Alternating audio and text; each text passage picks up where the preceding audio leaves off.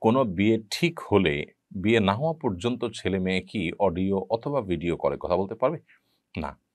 বিয়ের আগদ হওয়ার আগ পর্যন্ত ইজাব কবুল প্রস্তাব এবং কবুল বলা সাক্ষীদের সামনে এটুকুর আগ পর্যন্ত স্বামী স্ত্রী সুলভ সম্পর্ক কিংবা ছেলেমেয়েরা পরস্পর কথাবার্তা আলাপচারিতা অব্যাহত রাখতে পারে না। হ্যাঁ, প্রয়োজনীয় কোনো কথা তথ্য জানা দরকার সেটা তারা করতেই পারেন। সেটাও যতটা ফিতনামুক্ত অবস্থায় করা যায়, অর্থাৎ টেক্সট মেসেজের মাধ্যমে, চিঠির মাধ্যমে, মেইলের মাধ্যমে বা অন্য কোনো উপায় করা গেলে সেটা বেটার। যদি একান্ত কথা বলতে হয়, প্রয়োজন যতটুকু ততটুকুই শুধুমাত্র করতে পারবেন, এর বাইরে না। আমাদের সমাজে অনেকে মনে করেন যে এঙ্গেজমেন্ট হয়ে গেছে মানে বিয়ে হয়ে গেছে। এটা সঠিক না। বিয়ে কিন্তু এক পক্ষের প্রস্তাব, অপর পক্ষের সম্মতি, দুজন সাক্ষীর উপস্থিতিতে সম্পন্ন হয়ে থাকে। এটি যদি না হয় তাহলে সেক্ষেত্রে মানে স্বামী-স্ত্রী সুলভ যে সম্পর্ক, যোগাযোগ এটা কিন্তু জায়েজ নেই। বিধায় এই বিষয়ে আমাদেরকে সাবধান থাকতে হবে।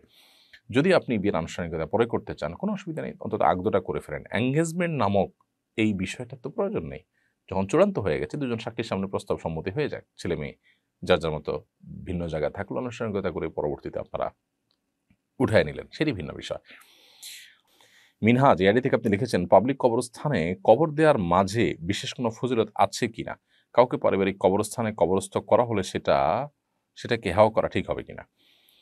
দেখুন, পারিবারিক কবরস্থান বলতে কোনো কনসেপ্ট শরীয়তে মূলত নেই। হ্যাঁ, প্রয়োজন হলে মূল কবরস্থান অনেক দূরে আ একটা পরিবারের কিছু সদস্যের জন্য তারা কবরস্থান করেছেন। জায়গা সংকুলান না হওয়ার কারণে হয়তো পারিবারিক বলা হচ্ছে। না হলে এমনি কোনো ইগো বা অহংকার বশত পারিবারিক বলা হচ্ছে না। এরকম যদি হয় তাহলে সেক্ষেত্রে সেই পারিবারিক কবরস্থানে সমস্যা নেই। বাট অনেক সময় দেখা যায় পাশেই হয়তো বড় কবরস্থান আছে, পাবলিক কবরস্থান আছে কিন্তু না, আলাদা পারিবারিক কবরস্থান দেওয়া হয়। এটা অনেক সময় ইগোর কারণে দেওয়া হয় যে আমরা সাধারণ পাবলিকের সাথে কবরে শোবো না, বরং আমরা আমাদের পরিবারের লোকরা আলাদা থাকবে। এটা আমাদের স্বাতন্ত্র্য বজায় রাখবে এর কারণে। তো এগুলো তো অহংকারের কারণ হয়ে থাকে। একজন ঈমানদার কখনো এরকম অহংকারী হওয়ার কোনো সুযোগ কিন্তু ইসলামে একেবারেই নেই। তো সেই কারণে আ আমাদের সচেতন থাকতে হবে, সতর্ক থাকতে হবে, দায়িত্বশীল থাকতে হবে এই ব্যাপারে। যে এই ধরনের পারিবারিক কবরস্থান ইসলামের শরীয়তের দৃষ্টিকোণ থেকে অ্যালাউড না। আর এমনিতে সাধারণ কবরস্থানে দাফন করা উত্তম। উত্তম এই অর্থে যে সেখানে যত মানুষ কবর জিয়ারত করতে যাবে সবাই আ সকল মুর্দাদের জন্যই কিন্তু সালাম পেশ করে। অর্থাৎ সালাম পেশটা কিন্তু সাধারণভাবে সকলের জন্য প্রযোজ্য হয়। সালামুন আলাইকুম দারা কওমিন মুমিনিন। আসসালামু আলাইকুম আহলাদ দিয়ার মিনাল মুমিনিন ওয়াল মুসলিমিন। হে মুমিন মুসলিমরা, যারা এই কবরস্থানে শায়িত আছে তোমাদের প্রতি শান্তি বর্ষিত হোক। এই কথাটা কিন্তু যখন বলা হয় তখন সবাই এটার সুযোগটা পান এবং সবাই এটার সুফলটা পান, দোয়াটা পান। তো যারা পারিবারিক কবরস্থান নামে আলাদা করে কবরস্থান নির্মাণ করেন তারা কিন্তু সুযোগ থেকে বঞ্চিত হন। তো এইজন্য গণকবরস্থানে শয়ন করা বা সেখানে কবর দেয়া এটা উচিত, অধিকতর উত্তম। এবং এটা অহংকারও আ দূর করে দেয়। অর্থাৎ অহংকারের পথটাকে রুদ্ধ করে দেয়। অহংকারের ফলে যে আলাদা পারিবারিক কবরস্থানে আমরা থাকলাম, আমরা যে সেই কবরস্থানে থাকলাম না, এরকম একটা যে ব্যাপার থাকে সেখান থেকে আমাদেরকে রক্ষা করে। এজন্য সেই বিষয়ে আমাদের সচেষ্ট থাকা উচিত। বাট যেটা বললাম যে পারিবারিক কবরস্থান শর্ত সাপেক্ষে এবং বিশেষ প্রক্রিয়ায় আপনি যদি মানে আ করেন যে বড় কবরস্থান অনেক দূরে, এজন্য আমাদের এখানে জায়গা সংকুলন হচ্ছে না, বিধায় অন্যদেরকে আমরা সুযোগ দিতে পারছি না, সেজন্য এটা পারিবারিক হয়ে গেছে। এখানে আমরা কবরস্থান করলাম, সেটাও হতে পারে। সেটা জায়েজ হতে পারে কিন্তু উত্তম না অবশ্যই। আল-সাবাহ আপনি এআইডি থেকে লিখেছেন, বিভিন্ন প্রচারণায় পোস্টারে বিসমিল্লাহির রহমানির রহিম, আল্লাহ সর্বশক্তিমান ইত্যাদি লেখা থাকে। যেগুলো অনেক সময় রাস্তায় পড়ে থাকে, এক্ষেত্রে কি করণীয়? দেখুন, বিসমিল্লাহির রহমানির রহিম বা আল্লাহ সর্বশক্তিমান এ জাতীয় বাক্য যদি পোস্টার ইত্যাদিতে লেখা থাকে এবং রাস্তায় পড়ে থাকে তো অবশ্যই এটা তার অপমান। এজন্য যে সমস্ত পোস্টার রাস্তাঘাটে যেখানে সেখানে পড়ে থাকবে সেগুলোতে কোরআন কারীমের আয়াত বা আল্লাহর নাম এভাবে লেখা উচিত না। সৌদি আরবে বহু আগেই ধর্ম বিষয়ক মন্ত্রণালয় থেকে এ বিষয়ে একটা প্রজ্ঞাপন জারি হয়েছিল যেন সেখানকার ধর্মীয় কোনো পোস্টার ইত্যাদিতে কোরআন আয়াত বা আল্লাহর নাম ইত্যাদি লেখা না হয়। এবং এই কারণে লেখা হয়েছে, যদিও তাদের পোস্টার আমাদের মতো ওয়ালে, রাস্তাঘাটে, বাইরে লাগানো হয় না। মসজিদের ভেতরে তারা লাগায় সাধারণত। তো তারপরও তারা এরকম সতর্ক রয়েছে না। সেখানে আমাদের দেশে রাস্তাঘাটে যেখানে সেখানে পড়ে যাওয়ার আশঙ্কা থাকে, সেই জায়গায় আমরা এ ধরনের পোস্টার যদি লাগাই তাহলে সেক্ষেত্রে অবশ্যই গুনাহগার হতে হবে, যদি সেটার আপনার পায়ের নিচে পড়ে বা অপমানজনক অবস্থায় সেটা পতিত হওয়ার আশঙ্কা থাকে। মোহাম্মদ রমি আপনি লিখেছেন, বিয়ের উদ্দেশ্যে পাত্রীর মুখমণ্ডল দেখা জায়েজ হবে নাকি নাজায়েজ? বিয়ের উদ্দেশ্যে পাত্রীর মুখমণ্ডল দেখা জায়েজ হবে। এটা নাজায়েজ হওয়ার কোনো কারণ নেই। তবে মুখমণ্ডল যে আপনি দেখবেন আ সেটা বিয়ের কথাবার্তা পাকাপাকি হয়েছে, এখন দেখাদেখির মাধ্যমে ফাইনাল হবে। এরকম হলে তখন আপনি দেখবেন। আপনি যেখানে সেখানে রাস্তাঘাটে যে কোনো নারীকে দেখার জন্য এটা যদি ছলছাতুরি হিসাবে বা অজুহাত হিসাবে এটাকে বের করেন, তাহলে সেক্ষেত্রে তো অবশ্যই সেটা গুনাহ হবে এবং নাজায়েজ কাজ হবে, হারাম হবে।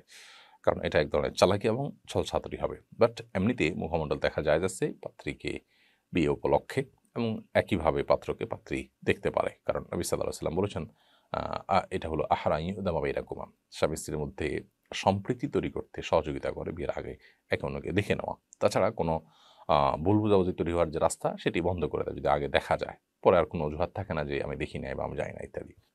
যাতে কোনো ঝামেলা না হয় সেজন্য নবী সাল্লাল্লাহু আলাইহি ওয়াসাল্লাম বিয়ের আগে নারী পুরুষ একে অন্যকে দেখতে বলেছেন। এখানে দেখা বলতে মুখমণ্ডল সহই দেখার কথা বলা হয়েছে, বিদেশিটি জায়েজ আছে।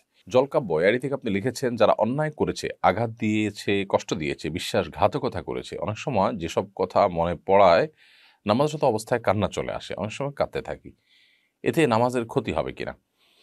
দেখুন, নামাজের মধ্যে কান্না হবে শুধুমাত্র আল্লাহর ভয়ে, জাহান্নামের ভয়ে, আল্লাহর ভালোবাসায়। দুনিয়াবি বা পার্থিব বিষয়ে কান্নাকাটি করা নামাজের মধ্যে অনুচিত। বিশেষ করে যদি শব্দ করে কান্না করা হয় নামাজের মধ্যে, দুনিয়াবি কোনো কারণে ব্যথা পেয়ে শব্দ করে কাঁদলেন, তাহলে নামাজ ভঙ্গ হয়ে যাবে, নষ্ট হয়ে যাবে। আর যদি শব্দ করে কান্না না হয়, বরং নীরবে কান্না আসছে, চোখের পানি পড়ছে জাস্ট কষ্টে, তো এটার কারণে আপনার নামাজ ভঙ্গ হবে না। কেউ কষ্ট করেছে, কেউ কষ্ট দিয়েছে, বিশ্বাসঘাতকতা করেছে, আঘাত দিয়েছে, সেজন্য আপনার নামাজে কান্না এসে গেল। আপনি আল্লাহ তাআলার কাছে একরকম মাজলুমের যে নিবেদন, মাজলুমের যে উপস্থাপন, সেই জায়গা থেকে কাঁদছেন, দোয়ার অংশ হিসেবে কাটছেন। যদিও আপনি মুখের তেলাওয়াত বা জিকির যাই করছেন, মনে মনে দোয়া করে আপনি আল্লাহর কাছে সাহায্য চেয়ে কাঁদছেন, অথবা কষ্টের কারণেই কাঁদছেন, কিন্তু চোখের পানি ছাড়া সেখানে শব্দের কোনো ব্যাপার নেই, অর্থাৎ সশব্দে কাঁদেন নেই, তাহলে সারা নামাজ হয়ে যাবে, নামাজ না হওয়ার কোনো কারণ নেই। যদিও নামাজের মধ্যে আল্লাহ তাআলার দিকে পরিপূর্ণ মনোযোগী হয়ে নামাজটাকে অন্য বিষয়ে মনোযোগ থেকে পৃথক রাখা দরকার। হাসানুজ্জামান রায়হান আপনি লিখেছেন, সাধ্যের চেয়ে অতিরিক্ত মহারণা না লেখা ছাড়া বিবাহ করা সম্ভব না হলে করণীয় কি? দেখুন, যদি সাধ্যের চাইতে অতিরিক্ত মহর লিখতে হয়, তাহলে সেক্ষেত্রে সে মহর তো আপনাকে আদায় করতে হবে।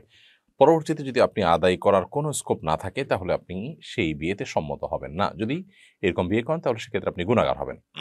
কারণ আপনি জানেন যে টাকা দিতে পারবেন না, সে টাকা আপনি লিখছেন, তার মানে আপনি হক নষ্ট করবেন, আপনি জানেন। জেনে শুনে কার হক নষ্ট করার কোনো সুযোগ কিন্তু নেই। এটা স্ত্রীর অধিকার যখন সেটা চূড়ান্ত হয়ে যাবে। এজন্য আপনি অবশ্যই সাধ্যের মধ্যে মহারণা লিখবেন। প্রয়োজন অন্যত্র বিয়ে করবেন। সব মেয়ে বা মেয়ের অভিভাবক তো নিশ্চয়ই একরকম নন। বিধায় মহারণা এটা কোনো শুধুমাত্র কথার কথা আপনার বলার মতো কোনো বিষয় বা শুধু লেখার জন্য কোনো বিষয় না, বরং সেটি স্ত্রীর অধিকার, তাকে সেটা আদায় করতে হবে।